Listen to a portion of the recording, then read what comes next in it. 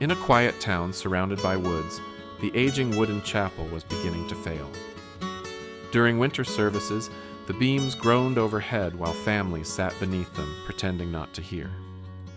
After one particularly harsh winter, the town council gathered inside the chapel.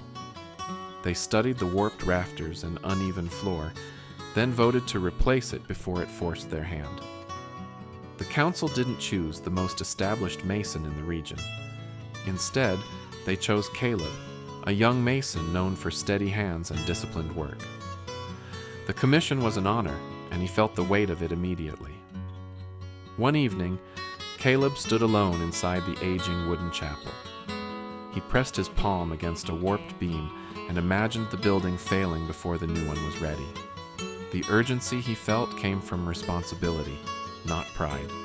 When construction began, Caleb stayed close to the trenches. He watched as foundation stones were lowered into place and aligned with care.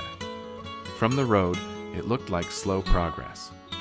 As soon as the first course of stone rose above the earth, Caleb pushed the pace. He directed multiple wall sections upward at once, determined to shorten the gap between old and new. The outline of the chapel formed quickly. Townspeople paused to admire visible progress, and Caleb felt reassured by the speed. It seemed like protection.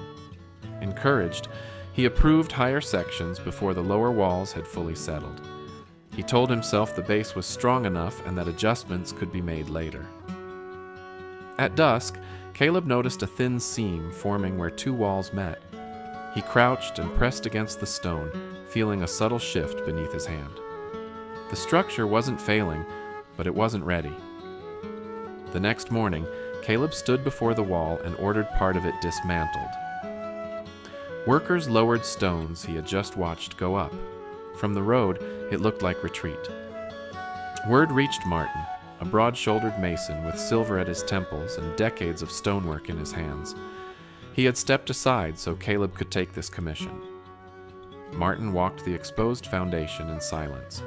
He crouched, studied the stressed seam, and rose to face Caleb. "You can't hurry what carries the weight," Martin said calmly. "If the base isn't ready, you'll have to rebuild it."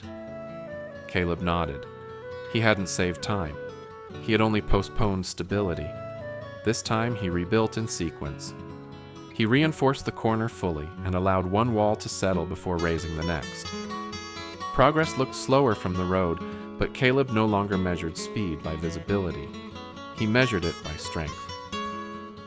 When the chapel finally stood complete, it faced its first hard rain without a single shift.